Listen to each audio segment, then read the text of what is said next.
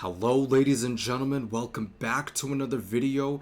Yesterday we ended up getting some additional information as to what we can expect from Call of Duty Black Ops 6, but also earlier today we ended up getting some more information as to what we can expect for Season 5 of Modern Warfare 3 and Warzone. But for now, I do want to look into the information that we ended up getting for Black Ops 6. For anybody who pre-ordered Black Ops 6, you will be able to get early access to the open beta from August 30th to September 4th, but those who did not pre-order Black Ops 6, the beta will be open for everyone from September 6th to September 9th. These clips come from the COD podcast, and those who appeared on the inaugural episode, they ended up teasing what's to come for the rest of the life cycle in Modern Warfare 3, but also what we can anticipate as we get closer to launch for Black Ops 6. Let's see what they had to say. I wanted to ask you too, especially in thinking about your history and your previous experience on the Black Ops titles, like how did you really arrive at MWIII? What was sort of the journey like for you to get there? Yeah, it's a great question, and you use the word journey. We use that a lot, and we were asking ourselves some very hard questions, and one of those was, we always kind of said, it's got to be signature Black Ops, it's got to be signature Black Ops, and so we actually took a step back and said, well, what does that actually mean?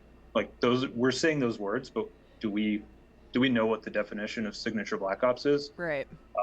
And there's a lot that comes with that.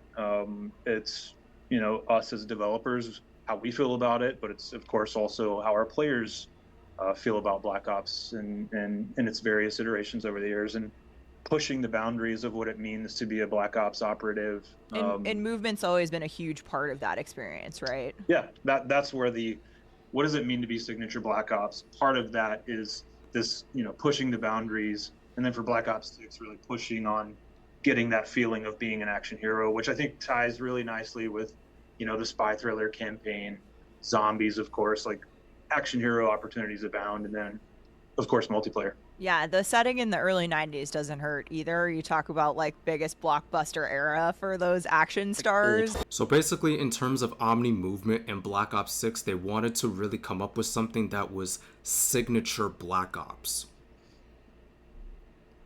Okay? Also, I'm probably in the minority when I say this, but I just cannot look at her the same, especially after her appearance at the Call of Duty Next event for Modern Warfare 2 2022. I just cannot look at her the same. Like, she legit went on that stage and lied to us about Infinity Ward, listening to us, the fans, in regards to how they developed that game. I cannot look at her the same. I'm sorry. And there is a secret unlock, which we're obviously not going to talk about. I don't know about it, but Oh, there is something you yeah. unlock if you max, mega, ultra, max prestige, Yeah. which is not the official name, but you know what I mean. We've done the maths on that, and it's a lot. So we'll be excited to talk about it. And there is So for those who do not know, the traditional prestige system will be returning in Black Ops 6, as you will be able to level up and prestige at your own pace. You don't have to worry about the seasonal prestige system that we have had over the last few Call of Duty titles. As far as what is the max rank / prestige that you can reach in Black Ops 6, I believe it'll be Prestige Master level 1000. So basically, they're implying that if you end up achieving that high of a rank / prestige, then you'll be able to get this max mega ultra max prestige reward that you get. Whatever this reward may be, it better be worth the grind. Like, I'm not even kidding. But then again, like, this is Treyarch. They do a pretty good job of putting together rewards for players who are so committed to the grind, so I can only hope for the best. Can you toggle Omni movement on and off? Can you turn on Omni movement on? The answer is no. Omni movement is a core foundational mechanic of the game. You cannot turn it off. But I think where people maybe got that impression was we have another new feature, part of movement, that's called intelligent movement. You cannot toggle Omni movement off in Black Ops 6.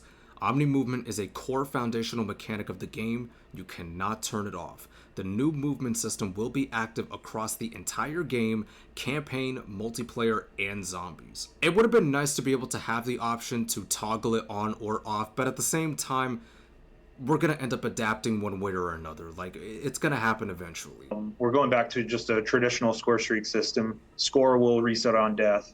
Right now, score streaks do not loop. That was something we've talked about quite a bit, and really the goal there is we want to reward players in a single life fairly with high-end rewards or low-end, depending on your selection. But we really want to avoid score streak spam. That's something I personally just really don't like. I know a lot of players don't like it. I mean, I understand his perspective, because, like, if you go into a multiplayer match, you don't want to have to join in a match and then all of a sudden see, like, 6 different score streaks in the air and you're dying, like, every second to those things. So I understand why he would want there to be, like, the traditional score streak system in which if you do die, your score ends up resetting and then you have to earn those score streaks all over again.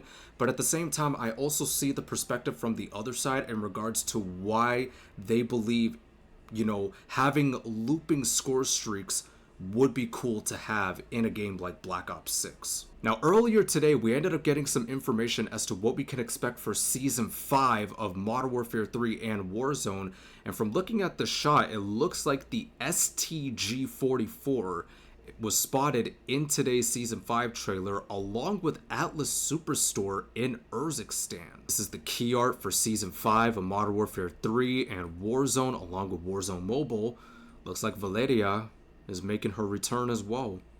It's cool. It is about damn time they decided to change the map up a bit, because we're like almost a year into Modern Warfare 3's life cycle, and the fact that the Warzone map Urzikstan hasn't gotten any sort of substantial changes to its environment to really spice the gameplay up a bit is very disappointing. Like, it is disappointing to know that we had to wait this long just to see the map get some changes. If you guys want to check out both Charlie Intel and Modern Warzone, I'll provide links to their Twitters down in the description so you guys can go and give them a follow. But without further ado, let's get into the game. Now, I will admit, it is really unfortunate to know that we had to wait this long into the life cycle of Modern Warfare 3 and Warzone for Urzikstan to get some actual changes to its map.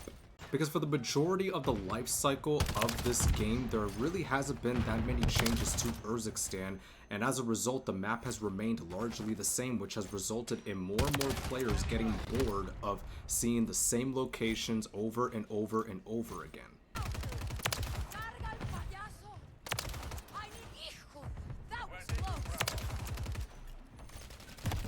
While it is unfortunate that people who do play Warzone had to wait this long to see some map changes to Urzikstan and Warzone, at the same time, it does make me happy to know that Raven got around to it rather than just never implementing any changes to the map to begin with. Not only that, but I also can't help but think to myself that because they're bringing back Superstore in Urzikstan, it might give the players a teaser that Verdansk might actually come back to Warzone at some point. I still don't know for sure if it actually is going to come back, as we still have a lot of time to really figure that out exactly. We still have a lot of time to see the actual reveal of what the next Warzone map would be, but seeing Superstore make its return to Warzone in Urzikstan, it kind of gives people a hint that we might actually see the return of the OG map in Verdansk.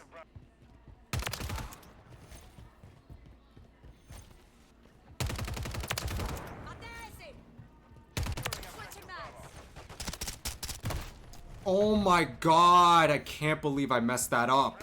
But like I said, even though Warzone players had to wait a very, very long time to finally see Urzikstan get some changes to its overall environment, at the same time, it does make me happy to know that Raven has finally got around to it, and they are bringing back a classic POI into the current Warzone map. Now, as far as the score streak system goes in Black Ops 6, I can definitely see the perspective of some other players who say that they would like to have looping score streaks come back into Call of Duty, more specifically Black Ops 6, because it can be a hassle for some players to have to re-earn their score streaks, especially after they've died once. But at the same time, you also got to look at the perspective that Let's say a new player were to join in a match, whether it be mid-match or late game. If a new player ends up joining mid-match, they might end up getting pelted by like 5 different score streaks. Therefore, they're not able to do as much as they would like to, and on top of that, they're not able to get as many kills as they would like to because the enemy team just keeps spamming their score streaks over and over and over again.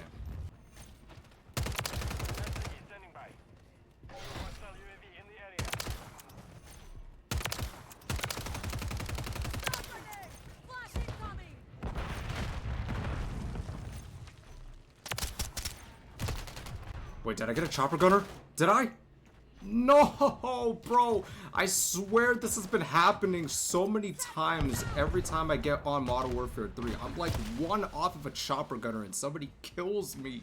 Some of y'all might not like my take in regards to the score streak system in Black Ops 6, but I honestly think this would be a good idea going forward, as you want to prevent players from getting pelted by like 5 different score streaks if they happen to spawn mid-match or late game for that matter. As far as not being able to toggle Omni movement on and off in Black Ops 6, here's the thing. I've always been a big advocate of giving players more choices for them to tweak their preferred experience in any video game for that matter. The more choices and the more options you give the players in customizing their preferred experience, the better the game will be. While Treyarch was kind enough to be able to give us the players the freedom to customize the HUD and how we would like it to be presented, at the same time, it would have been cool if we had the option to be able to toggle Omni movement on or off, but I think they figured that eventually the players are going to adapt to how the game feels eventually. Even if some people might not like it in the beginning, at the same time, they know that eventually players will embrace the Omni movement and they will adapt one way or another. But I'm looking forward to experimenting with Omni movement. I really want to see just how well they were able to perfect that kind of movement in Black Ops 6. So I'm really looking forward to it. I'm not sure if any of y'all checked out this trailer, but a little while ago, Call of Duty ended up releasing a teaser trailer of some additional content that we can expect in Season 5 of Modern Warfare 3.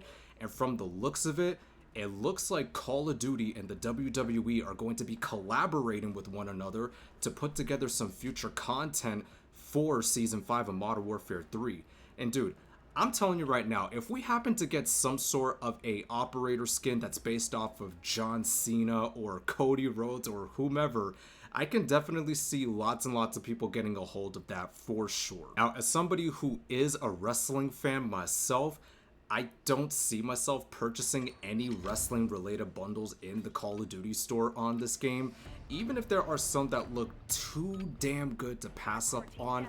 At the same time, I might end up earning some of the cosmetics that we get rewarded with from just completing the battle pass. Now sure, there's definitely going to be those people who are going to make the argument that Modern Warfare 3 is just so out of this world, it's not even funny, they don't even know what they want this game to be anymore, especially with the amount of cosmetics and operator skins that we have gotten. Like, this game is just out of this world and it just doesn't know what it wants to be anymore. You can definitely make that argument, but at the same time, you also got to take into account that the life cycle of Modern Warfare 3 is nearly ending, and this is usually the point of the life cycle where Sledgehammer and Activision or whomever, they decide to get really crazy in regards to the kind of cosmetics and bundles they introduce into the game. So you really can't be all that surprised, despite making that potential argument. Like, I see that perspective. That's pretty much all the news that we got in regards to Season 5 of Modern Warfare 3 and Warzone, along with the additional information that we got regarding Black Ops 6. But I do want to know from you guys, what do you make of all of the stuff that we ended up learning about? Are you excited for the return of Superstore in Urzikstan? Are you looking forward to the WWE related content that we're going to get in Season 5 of Modern Warfare 3? But on top of that, what else are you looking forward to in regards to Black Ops 6, and what do you make of there being a traditional score streak system, but also not being able to toggle Omni movement and so forth? Let me know in the comments down below. I want to know what you guys have to say. With that being said, I hope you guys enjoyed today's video. If you did, you're more than welcome to drop a like on it, and if you enjoy this type of content, you're more than welcome to hit that subscribe button and that bell notification. But until then, thank you guys so much for watching. It's been your boy Discreet, and I'll catch you in the next video.